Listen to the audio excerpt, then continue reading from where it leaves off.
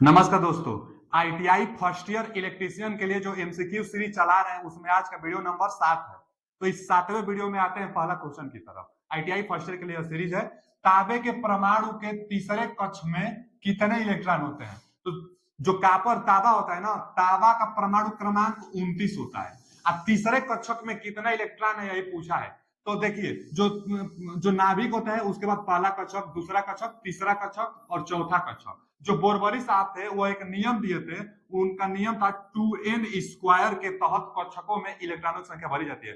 तो पहला कक्षक में 1 भरेंगे तो यानी 2, तो पहला कक्षक में 2 इलेक्ट्रॉन। दूसरा कक्षक में 2 दूना के 4, दूना के 8, तो दूसरा कक्षक में 8 यानी 1 2 3 4 5 6 7 8। पहला में 2, दूसरा में 8 और तीसरा में तितली के 9 दूना 18, तीसरा में 18 ऐसे ही। और कितना हो गया हमारा देखा जाए तो 2 8 18 यानी 28, 8 2 10 और 18 28, एक बचा है सिर्फ, तो अगला कक्षक में एक जाएगा। जो कि कितना हो सकता है तो चौचौक 16 दूना का 32 भरा जा सकता है, लेकिन एक ही बचा है ना हमारे पास। तो लास्ट कक्षक यानी संयोजी कोष में एक बचेगा। पूछा क्या है तीसरे कक्षक में, तो तीसरे कक्षक में 18 इलेक्ट्रॉन, यानी तीसरा कक्षक में 18, तो सी ऑप्शन करेक्ट आंसर है। तीसरा कक्षक में तांबा का 18 आएगा बोरबरी के नियम से। आते हैं अगले क्वेश्चन की तरफ। सेमीकंडक्टर मटेरियल कौन सा है निम्न में से? अर्धचालक पदार्थ निम्न में से कौन सा है? तो जो अर्धचालक पदार्थ होता है सिलिकॉन और जर्मेनियम बहुत फेमस है। तो सिलिकॉन तो नहीं दिया है लेकिन जर्मेनियम दिया है, तो डी ऑप्शन करेक्ट आंसर है। सेमीकंडक्टर पदार्थ जर्मेनियम है। जर्मेनियम अर्धचालक को कहते हैं सेमीकंडक्टर। आते हैं आगे। नियान ध्रुवता संकेतक, जो टेस्टर होता है ना उसी को नियान, जो टेस्टर होता है उसमें नियान गैस भरी जाती है, तो वही टेस्टर की बात कर रहा है। नियान ध्रुवता संकेतक का एसी आपूर्ति जांच करते समय संकेत क्या होता है?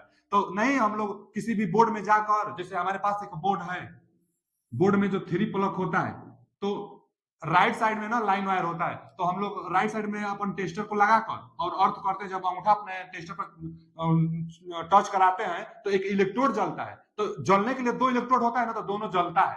तो यही पूछ रहा है कि नियान ध्रुवता संकेतक एशिया पूर्व की संकेत करते समय निम्न में से क्या घटना घटता है उस टेस्टर के साथ? तो पहला दिया है कि बोथ इलेक्ट्रोड विल ग्लो, तो ठीक है, ए ऑप्शन सही है। उसमें 2 इलेक्ट्रोड होता है तभी तो वो जलेगा, तो दोनों इलेक्ट्रोड ग्लो करेगा। उसमें देखिएगा नियान में तो 2 इलेक्ट्रोड होता है जो ग्लो करता है, तो दोनों इलेक्ट्रोड जलते हैं, सही है। अब फिर एक इलेक्ट्रोड जलता है तो नहीं, एक के कारण जल ही नहीं पाएगा वो। फिर दोनों इलेक्ट्रोड चमकते हैं और फिर एक इलेक्ट्रोड जलेगा और दूसरा चमकेगा, तो ये गलत है, ये भी गलत है और ये भी गलत है। दोनों इलेक्ट्रोड जलते हैं, तो option A is correct answer. आते हैं अगले क्वेश्चन की तरफ। 500 वाट के लैंप को 5 घंटे जलाने पर विद्युत ऊर्जा की खपत यूनिट में बताइए। यूनिट को ही केडब्ल्यूएच कहते हैं, किलोवाट घंटा एक यूनिट के बराबर होता है। तो कितना यूनिट खपत करेगा? तो घरों में जो एनर्जी निकाली जाती है वह यूनिट में ही निकाली जाती है। और कैसे निकाल सकते हैं आप भी समझ सकते हैं। देखिए, जो व्यय ऊर्जा होगी ना, जो व्यय ऊर्जा होगी, व्यय ऊर्जा वाट, जिसे फॉर्मूला कहता है कि वाट गुणे घंटा गुणे दिन बटा में 1000, ये फॉर्मूला है। तो कितना वाट का है? 500 वाट का। अच्छा, कोई बोल देता ना कि 500 वाट का 5 बल्ब, 3 बल्ब, चाहे इतना वाट का इतना, तो संख्या होती तो संख्या का भी गुणा कर देते, लेकिन यहाँ तो एक ही की बात कर रहा है। अगर कोई ठो होता तो गुणा कर देते। तो 500 वाट और उसके बाद कितने घंटा चलाने के लिए बात कर रहे हैं? 5 घंटा। तो 5 घंटा कितना दिन? दिन नहीं कर रहा है तो एक दिन मान लेते हैं। और फिर बाटा में कर लेते हैं कितना? 1000। तो बाटा में कर लेंगे हम लोग 1000। 1000 किलोवाट में बदलने के लिए, देखिए ना, ये वाट घंटा दिन 1000 से भाग देते हैं तो किलोवाट में करने के लिए, तो 2 जीरो से ये 2 जीरो कट जाएगा। 50 25 और 10 है तो 0.1 अंक पर लग जाएगा। 25 बटा में 10 तो क्या 1 अंक पर 10 लग जाएगा। 2.5 यूनिट, यूनिट कहिए चाहे केडब्ल्यूएच कहिए, यूनिट कहिए चाहे केडब्ल्यूएच कहिए, तो 2.5 डी ऑप्शन करेक्ट आंसर है। वाट गुणे घंटा गुणे दिन बटा में 1000 व्यय ऊर्जा को निकालने के लिए फॉर्मूला होता है। केडब्ल्यूएच कहिए चाहे यूनिट कहिए। आते हैं अगले क्वेश्चन की तरफ। 100 वाट 250 वोल्ट से रेटेड बल्ब के गर्म प्रतिरोध का मान। ओहो, कितना आसान एक फॉर्मूला और बहुत फेमस गोल्डन फॉर्मूला कहते हैं जिसको, क्या कि पावर P बराबर V स्क्वायर बटा में R। अब ये बहुत फेमस है, बहुत फेमस है फॉर्मूला। अब पूछा क्या है? वाट दिया है, वोल्ट दिया है, प्रतिरोध का मान पूछ रहा है। तो देखिए, प्रतिरोध का मान जब पूछ रहा है तो क्या होगा यहाँ पर? V स्क्वायर बटा में P मान पावर, मान भर दीजिए। कितना वोल्ट का है? 250 वोल्ट का है। 250 वोल्ट बटा में पावर कितना है 100 वाट है, तो एक जीरो है, दो जीरो, तो दो जीरो कट जाएगा। अब 25 का 25 यानी 625 ओम। 625 ओम इसमें से कहाँ है, डी ऑप्शन दिया है 625 ओम, तो डी ऑप्शन करेक्ट आंसर है। पी बराबर 20/8 से आप निकाल सकते हैं। आते हैं अगले क्वेश्चन की तरफ। जो अगला क्वेश्चन है हमारा, कौन सा नियम कहता है कि बंद विद्युत परिपथ में लगाया गया बोल्ट वोल्टेज पाथ यानी वोल्टेज ड्रॉप योग के बराबर होता है। पूछा है ना कि देखिए electric circuit the applied voltage is equal to sum of the voltage drop, मतलब किसी भी बंद पाथ में किरचॉफ का दूसरा नियम कहता है। देखिए किरचॉफ साहब ने दो नियम दिया था, पहला केसीएल करंट ला दिया था पहला, और दूसरा केवीएल यानी वोल्टेज ला दिया था। जो पहला था आवेश संचय पर आधारित होता है, जो दूसरा था ऊर्जा संचय पर आधारित होता है। पहला नियम किसी भी जंक्शन पर आने वाली धाराओं का योग जाने वाली धाराओं के योग के बराबर होता है, जबकि दूसरा नियम किसी भी बंद पाथ में वोल्टेज जितना अप्लाइड वोल्टेज देंगे वो अप्लाइड वोल्टेज ड्रॉप के बराबर होता है। जैसे एक यहाँ रेजिस्टेंस, एक यहाँ रेजिस्टेंस, एक यहाँ बैटरी लगा देते हैं, और भी सर्किट हो जाएगा, और भी सर्किट आप बना सकते हैं।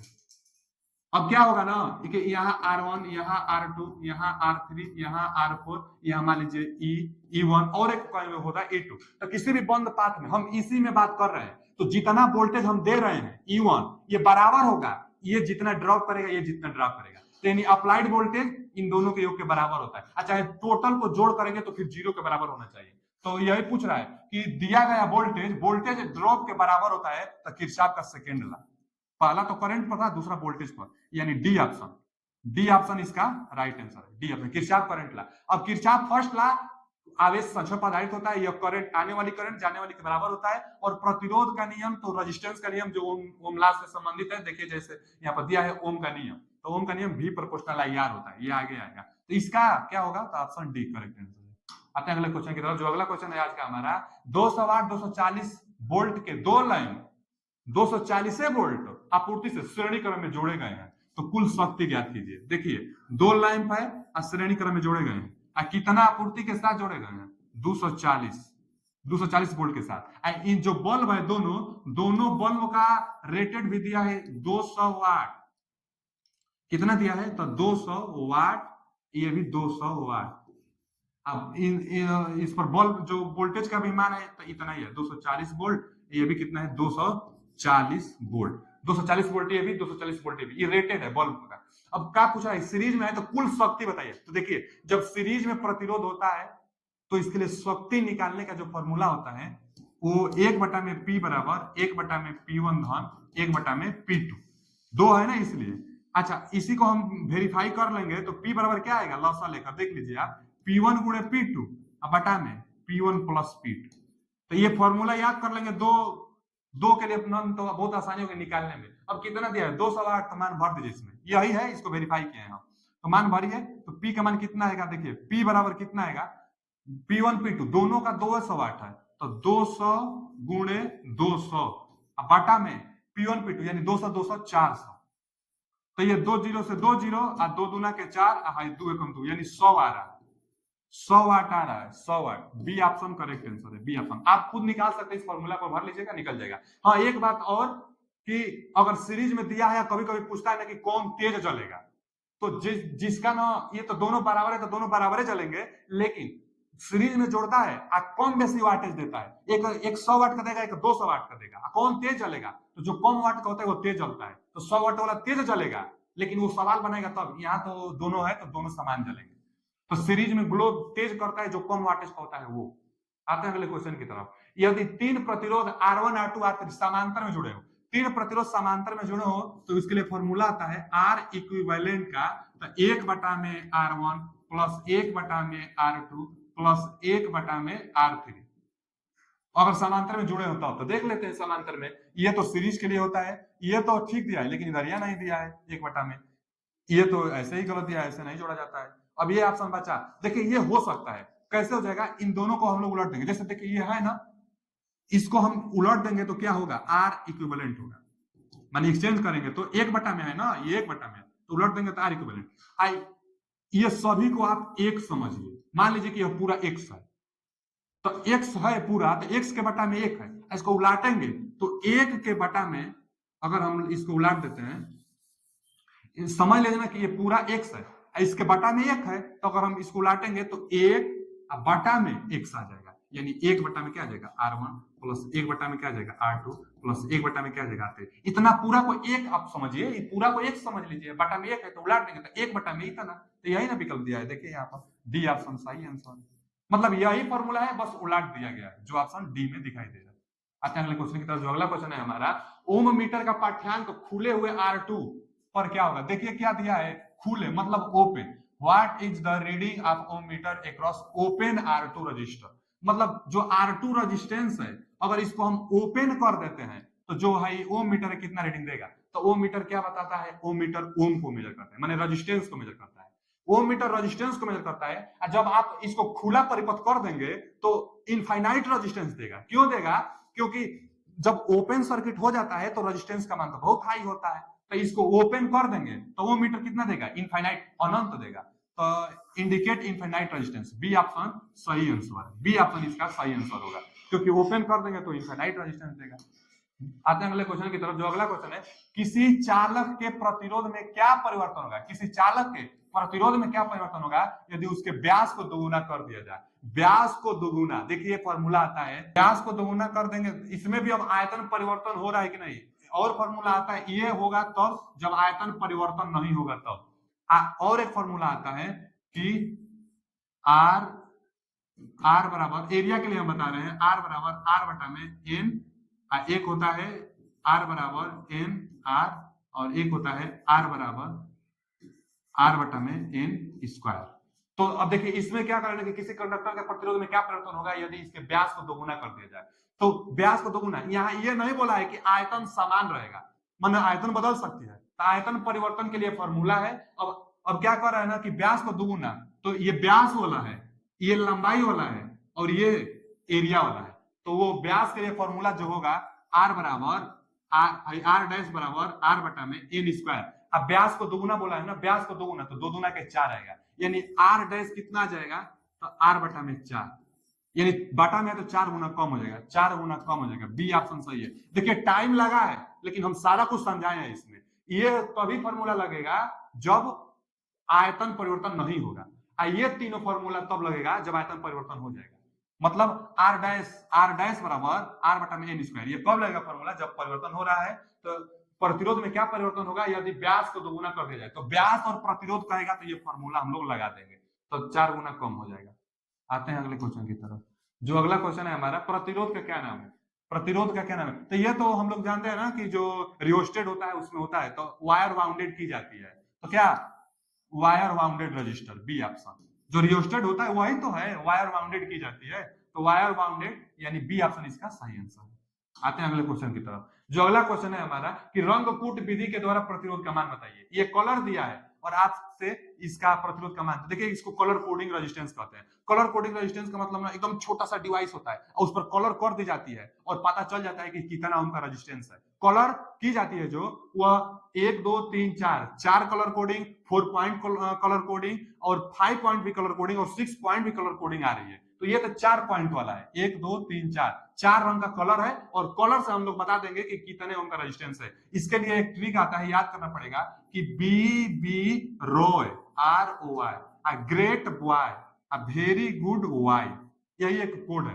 बस यहाँ लिख दीजिए 0 1 2 3 4 5 6 7 8 9।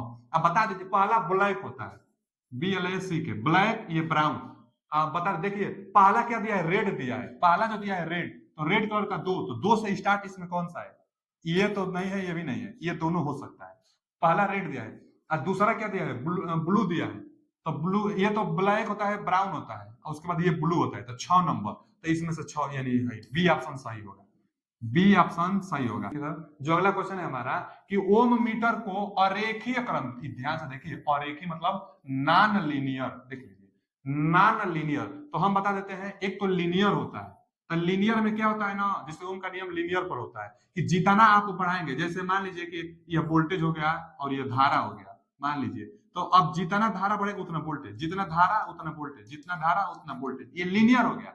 और नॉन लीनियर में क्या होता है, नॉन लीनियर में कि जरूरी नहीं कि जितना धारा उतना ही वोल्टेज बढ़ेगा, उसके अनुक्रमानुपात, ये अनुक्रमानुपाती को बताता है कि V प्रोपोर्शनल I भी प्रोपोर्शनल आई अनुक्रमानुपाती को बताता है, लीनियर वाला, और नॉन लीनियर व्युत्क्रमानुपाती को बताता है, व्युत्क्रमानुपाती को। जैसे इसका ग्राफ कैसे होगा, तो इसका ग्राफ अगर देखा जाए तो मान लीजिए ऐसे हो, एक्सपोनेंशियल के तहत है लेकिन नॉन लीनियर, जरूरी नहीं है कि जितना बढ़ाएंगे उतना बढ़ेगा, तो ये व्युत्क्रमानुपाती होता है। धारा और प्रतिरोध, अब ये क्या है, ओम मीटर है, तो ओम मीटर धारा और प्रतिरोध पर निर्भर करता है, तो व्युत्क्रमानुपाती वाला ऑप्शन सही होगा, समानुपाती वाला ऑप्शन नहीं होगा क्योंकि नॉन लीनियर बोला है। व्युत्क्रमानुपाती वाला ऑप्शन सही हो सकता है धारा प्रतिरोध के, ठीक है, बी ऑप्शन सही आंसर है। क्वेश्चन की तरह व्हीटस्टोन जो ब्रिज है हमारा, व्हीटस्टोन ब्रिज की संतुलन की अवस्था में, देखिए जब व्हीटस्टोन ब्रिज होता है और संतुलन अवस्था होती है तो बीच वाला जो सर्किट होता है इसका यूज नहीं किया जाता है, बैलेंस की स्थिति में इसको हम लोग हटा देते हैं। और एक शर्त है क्या, कि जब बैलेंस रहेगा तो इसका और इसका अनुपात के बराबर होता है, यानी पीएबी का जो अनुपात, पीएबी और बीएओ का जो अनुपात होगा क्यूबीसी और ये क्या है आरडीसी के बराबर होगा, इसका अनुपात इसके अनुपात के बराबर होगा। अब मान भर देते हैं, तो देखिए पीएबी का मान दिया है 500,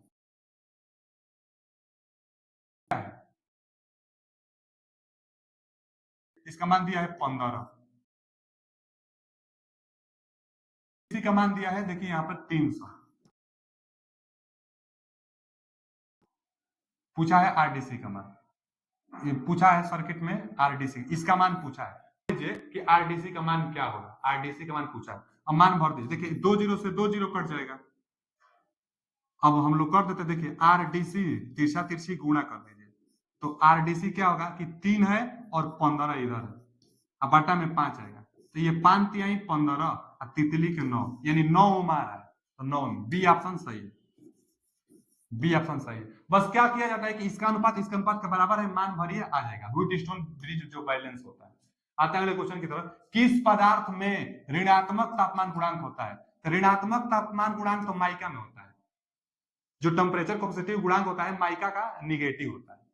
आते हैं अगले क्वेश्चन की तरफ, जो अगला क्वेश्चन है हमारा, ओम के नियम से संबंधित विद्युत राशियां कौन सी है, तो ओम का नियम क्या होता है कि V प्रोपोर्शनल आई, ओम का नियम जो होता है V प्रोपोर्शनल आई, यहां से क्या निकलता है V बराबर आई आर, तो देख लेंगे वोल्टेज करंट और प्रतिरोध, तो किसमें है, पावर आ गया तो ये तो होगा नहीं, करंट वोल्टेज रेजिस्टेंस, रजिस्टिविटी आ गया तो ये भी नहीं होगा, वोल्टेज करंट रेजिस्टेंस, ठीक है सी ऑप्शन आया। देखिए यहाँ पर रेजिस्टेंस दिया है, वोल्टेज दिया है, करंट दिया है, तो सी करेक्ट आंसर है। तो आज के लिए इतना ही, मिलते हैं अगले वीडियो में। अगर वीडियो अच्छा लगा हो तो लाइक सब्सक्राइब एंड शेयर कीजिए, और जो भी डाउट हो कमेंट बॉक्स में पूछिए।